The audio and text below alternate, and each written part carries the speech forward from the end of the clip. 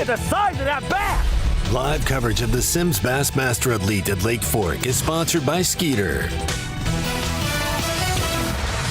Welcome back to on-location coverage along the shores of legendary Lake Fork in beautiful Quitman, Texas. It is day number 3, which is semifinal Saturday in the Bassmaster Elite Series for the Sims Bassmaster Elite at Lake Fork.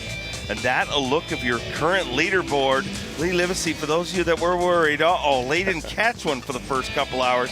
He's right back in the lead with 77 pounds, 13 ounces. Gerald Swindle held the lead for the majority of the morning, has slipped to second, and Brandon Palnick moved to third place. But let's get caught up on how things have been going out on the water with our Toyota midday report. We got lots to report because while it was a little slow for Lee Livesey, it was not for many of our other anglers. Brandon Palnick trying to chase down his 7th Bassmaster win here on day 3. Yeah, Brandon Palnick not fishing very far at all from takeoff here, having the shortest run of any of our top 3. Mixing it up, fishing offshore, mixing it up with a lot of different baits. You see here, using a spoon, some using a crankbait.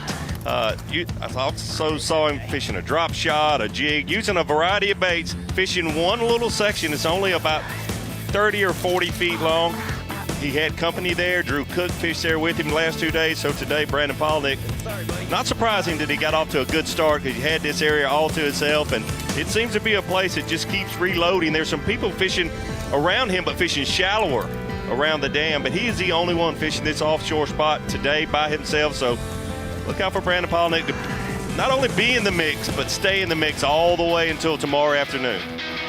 But look out for this guy, 2-time Progressive Bassmaster Angler of the Year, Gerald Swindle. So I've known Gerald a long time, and this is what Gerald Swindle, he's good at a lot of things. He's known, and we call it junk fishing. It's not junk fishing. It's just he uses a lot of different baits, a lot of different techniques.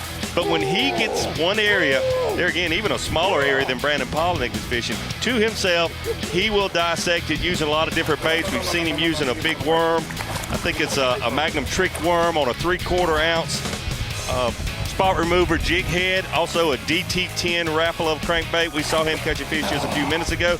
Using a lot of different baits fishing this area. There's some brim beds around offshore, not real deep, but a lot of these fish are just relating to these brim beds that are offshore. And Gerald Swindle got his trolling motor on spot lock, making one cast, and he's as good as there is in the business to be able to dissect this one area. And it certainly seems to be reloading every single day. Gerald Swindle has had an incredible tournament all week long. Started catching them early and often here on semifinal Saturday. But next up, the man with the plan saying, catch me if you can, Lee Livesey. Well, he got a lot of people talking about Lee Livesey this week. His family out there following him, cheering him along. And it really looked like, honestly, it looked like this morning, like, wow, who's going to finish second to Lee Livesey? And then everything changed this morning. Lee Livesey having a much slower start today than he had the last few days. He's fishing, unlike Brandon Palnick and Gerald Swindle, he's fishing a lot of different places, but this key place in the timber has been good to him, and he got to it about mid-morning. Did not have a fish to weigh until then, but his first few fish, 2 fish for over 10 pounds, and then he filled out his limit and took the lead over. But things have certainly tightened up, and he's going to have to earn this victory, and he knows that. He knows that. You don't hold that blue trophy over your head unless you earn it, and Lee Livesey, he's the guy to beat, but Gerald Swindle, Brandon Palnick, and others, they're not handing him the trophy quite yet. That a good sight of where we are hanging out, East Texas, Lake Fork, and you see how our anglers are spread out amongst this incredible fishery. Usually about 27,000 acres, down to about 22,000, I guess, with the low water, they're saying. And Lee Livesey, the amazing thing, all his knowledge here, and that area that he's caught them this morning, he had never caught a bass there before day 1 of this tournament, showing how fluid he's been in this tournament, and that's what it's going to take.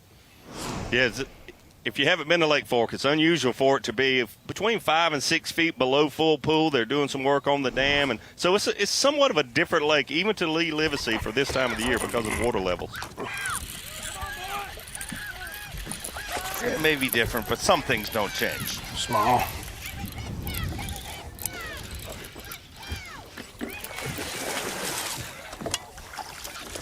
All right.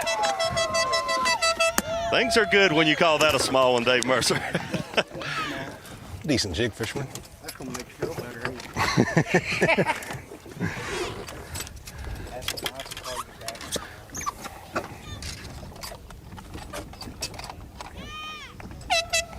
Not big, but she's gonna help a lot. You're gonna help. One second. Wait. She's 4-pounder. Come on, Reese. She's in that other tree. All right, here's Gerald. Just sitting around each tree, I think. 4, 4, 4-8. 4-8. 4-8. 4-8, number 5. Number 5, you better pop a top.